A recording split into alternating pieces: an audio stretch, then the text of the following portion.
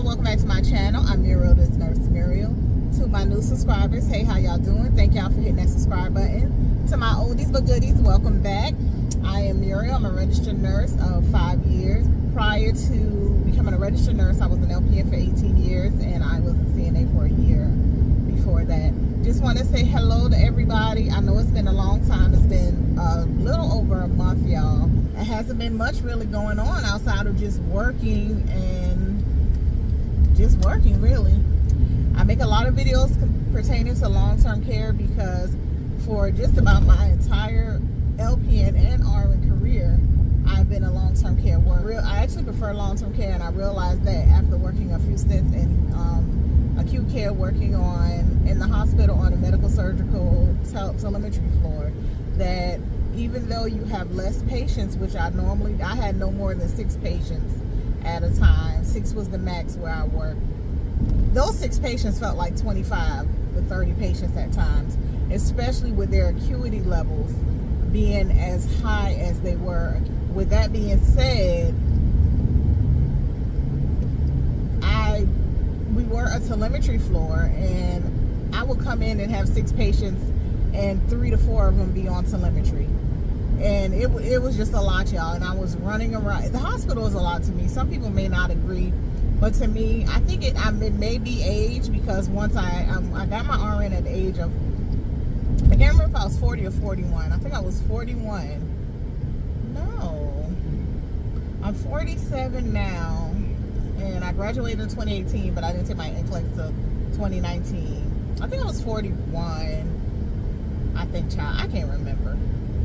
Might have been 42. Yeah, I've been an RN 5 years. I had to do the calculation, y'all. So I probably was 42 when I got it, because I'm 47 now. Anyway, I was in my 40s. I got my LPN. Well, I achieved my LPN when I was 21 or 22, though.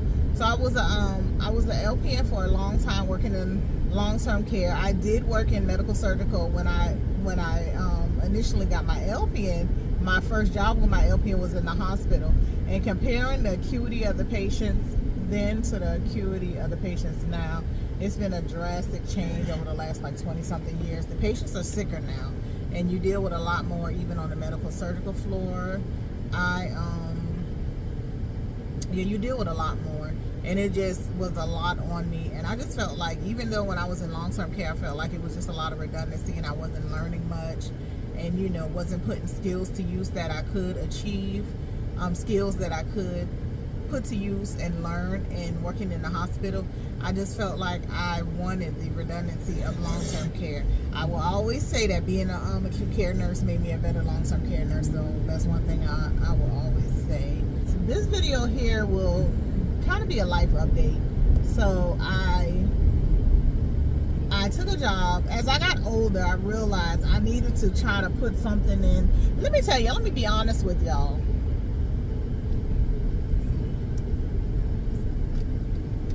I never was one that wanted to wait until retirement age to actually retire, because so many people get to retirement age and live another 2 to maybe 2 to 10 years.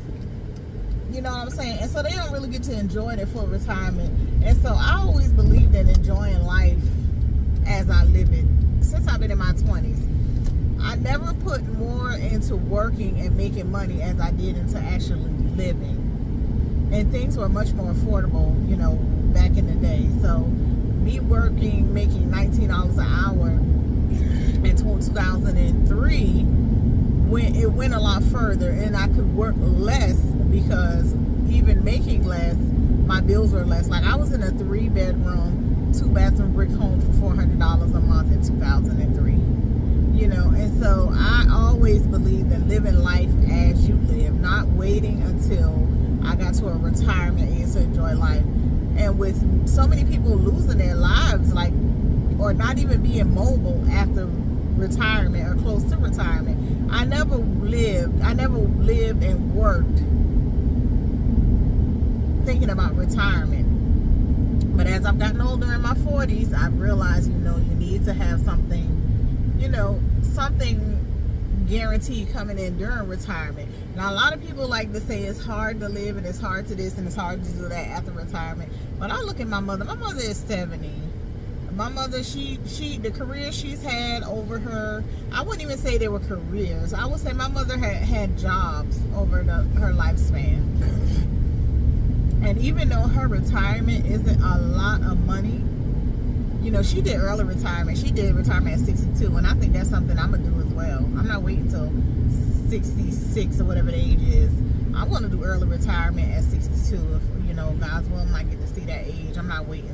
Because once you hit 66, the money that you would have received, it'll be up to that anyway. But and I'm going to work the part-time hours or whatever that, you know, they say you could work in order to receive your part-time retirement. So my frame of mind now at 47 has been retirement, work, you know, getting ready for retirement. And so in doing that, I decided to get a job within a government agency because I know, you know, to be getting guaranteed or be vested and stuff like that, you had to work a certain number of years and you will always draw retirement. Well, so I started working for the state. So I have a state job, which everybody know back in the day, people used to be like, he had a good government job or this and that.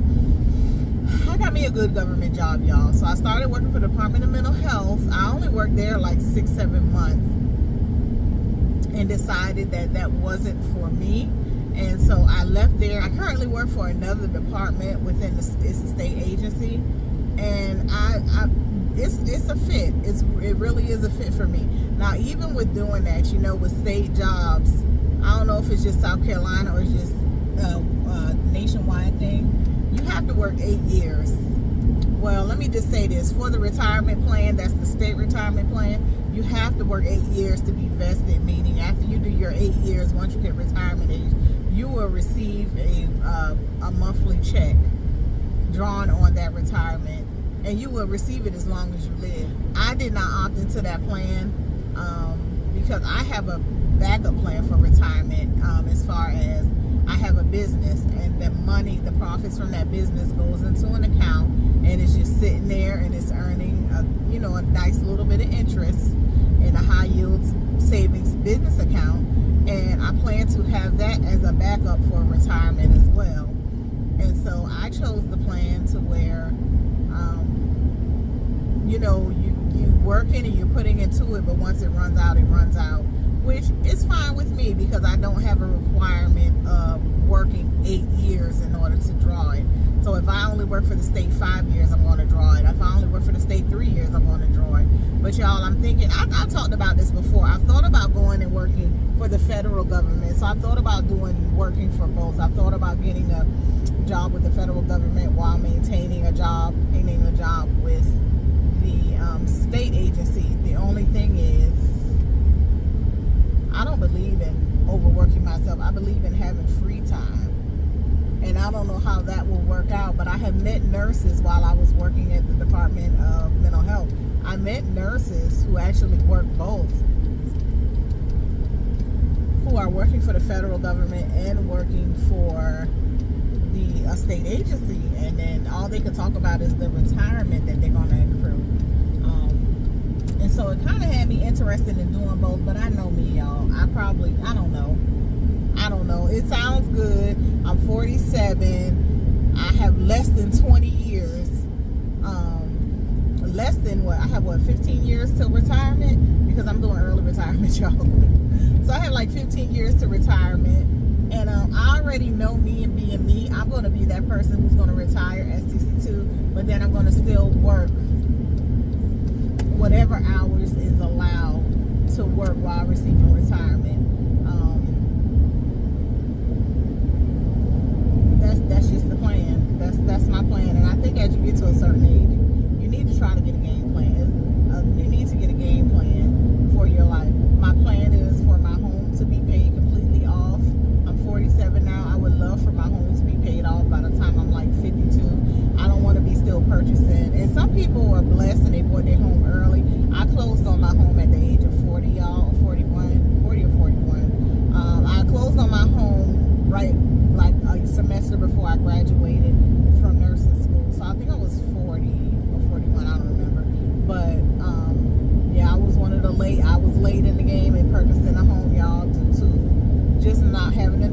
not really having the want to do it. And when I wanted to do it, I got myself in position, got everything prepared to do it. But I always said I'm not going to be one of these people who's retired but having to work to pay a mortgage. I don't want to do that. So I would like to have my home paid off by the age of 52. And I can see that happening because I really don't owe much on my house at all.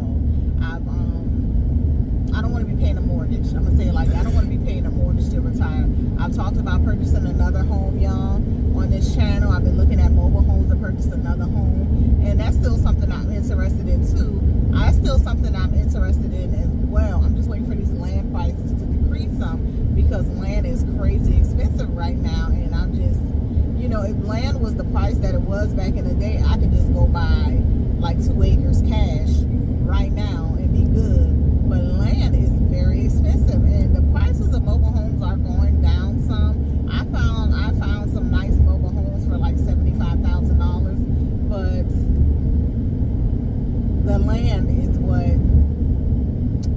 is what I'm like, I can't see how these people are spending like $20,000 on 1 acre of land. I know it's just how the economy is now, but I need the economy to make a shift. In the meantime, y'all, I still plan to move this year. I am looking at getting an apartment in another city here in South Carolina. And I will be getting that apartment with my daughter because my daughter currently has a job where she drives. She's having to stay with people. She's driving an hour and a half to and from work. If she was to stay here with me, she would have to drive an hour and a half to and from work to get to work because that's how long the commute is. If y'all remember, my daughter moved back in with me back in January. It was just too expensive out there for her to be on her own. And so, but she found a good job making decent money, and she doesn't want to let the job go, but the commute back and forth was just, it almost wasn't worth the money she was making. So she started staying with different family members and stuff to be closer to work, and they're just coming home on the weekends. So to combat that, and to combat me actually, y'all know when I go and have my social life, I actually have my social life in other cities outside of where I live because all my people are in closer to like the low country. So me and her have had talks, and the plan is we're gonna find us like a 2-bedroom, 2-bath apartment in the other city, and I'm gonna help her out with her rent so that she can, you know, get the apartment, and you know, it won't be as expensive on her to be able to keep it. And it will help me as well because when I do travel, y'all know when I go stay down in the low country, I'm normally staying at my boyfriend's house, like, and I hate saying boyfriend at my age, but normally when I do go and stay at my boyfriend's house. But y'all know he does the trash route on the weekends still, and that man basically like works 7 days a week.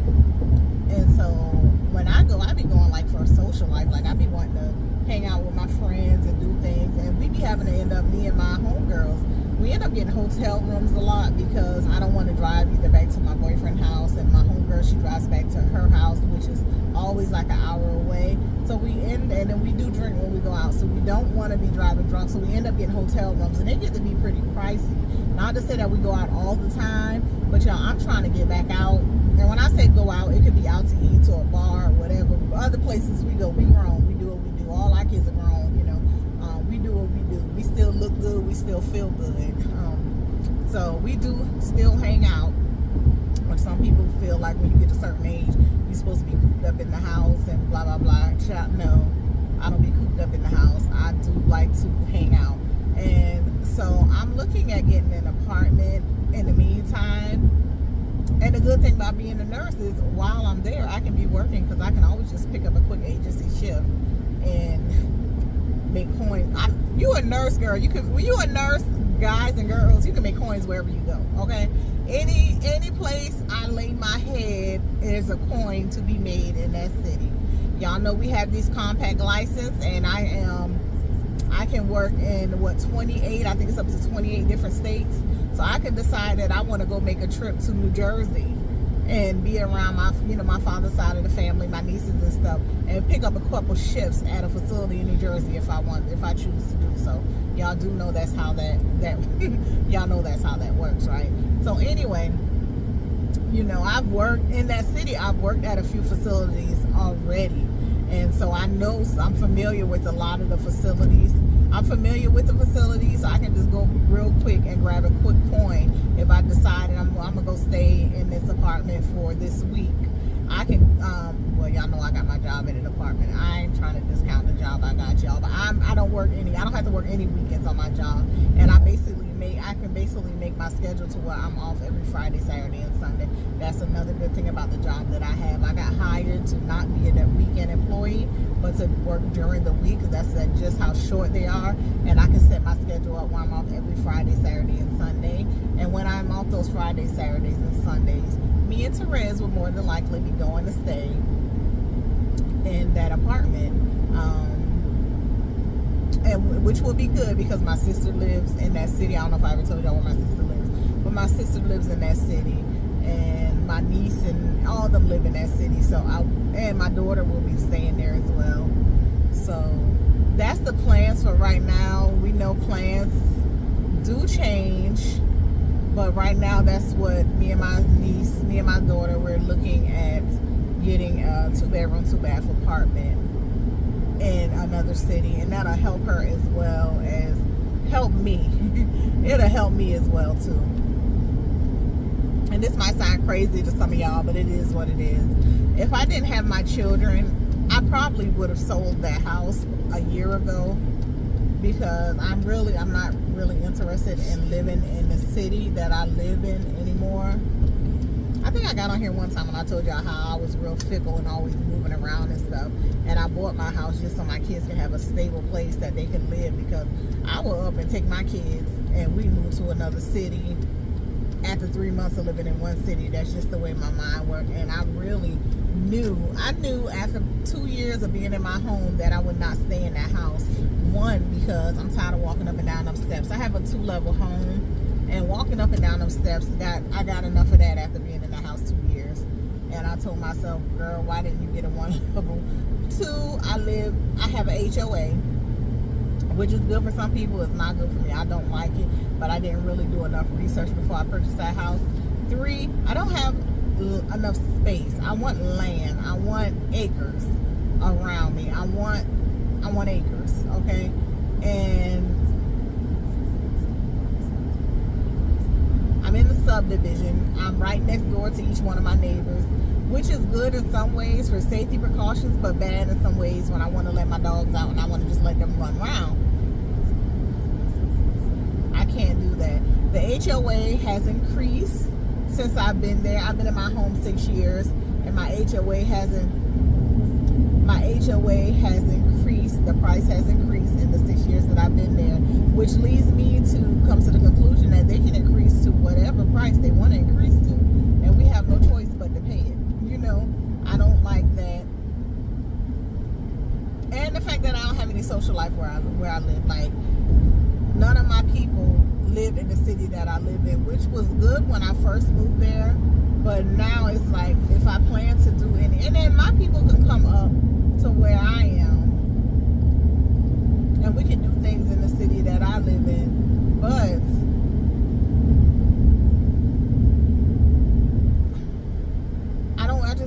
I just don't want to be there, y'all. I don't want to be here.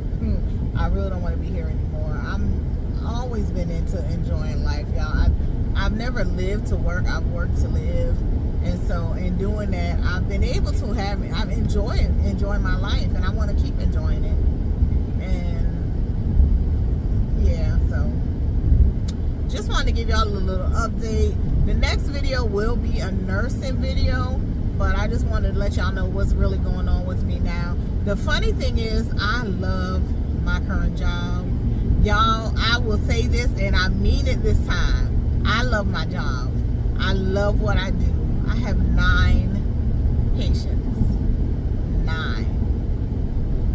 And it's almost like a long-term care setting. I have 9 patients, y'all, in like a long-term care setting. Y'all know I breeze through that job like it's nothing. It's so easy. And I think that's one of the reasons why I love it. And I don't know why they're so short.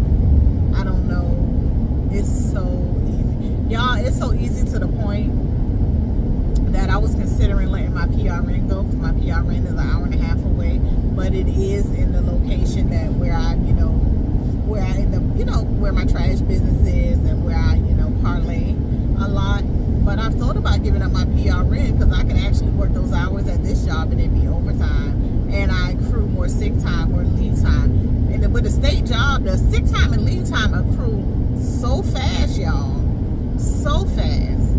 And I could work these hours I'm picking up down here. I can work it on my regular job and not spend the money in gas, and it'd be overtime, and I accrue sick time, leave time. I got my benefits there. My benefits are great. The help, well, outside of the dental, y'all know I'm switching that dental plan in October during open enrollment. But I picked basically the highest level of every other benefit there is, because y'all know I got this job for the benefits. I started working for the state for the benefits, not necessarily for the money. The money could be better, but for the little bit of work I do, y'all, it's fine with me. And the opportunity for overtime is endless. Like, there are people who are there clocking like 80 hours a week, because that's just how much overtime is available. Now, I'm not going to be one of those people. I'm a 40-hour-a-week worker there. I can see myself being a 48-hour-a-week worker. I can't see me trying. I mean, I don't see it, but you never know. I might one day decide I'm going to go work 7 days. And if I do, and that paycheck looking like woo-hoo, you never know. But I don't see me doing that, because I have my trash business to fall back on. And even though that money sits or whatever, the fact of knowing that it's there is enough for me to kind of take it easy. But, so yeah, me and my son, we heading now. Y'all know I stay taking this little boy here out to eat. We heading to Shoney's. I told him this morning we was going to Shoney's, and his whole face lit up, because I don't think we've been to Shoney's since the last time I recorded it. And y'all saw us, I think I recorded us going here. That was the last time we've been. So we're going to Shoney's. I actually work tonight on my PRN. I'm going to do a PRN shift tonight. And so, yeah, y'all, I just wanted to catch y'all up on what's going on with me, and I will talk to you later. I'm going back to listen to my books, because that's basically what I've been doing. But I promise y'all, I'm going to drop at least 2 to 3 videos every week. I'm going to stay consistent. I'm going to stay consistent. I'm going to stay consistent this time. So, y'all, I will talk to y'all later.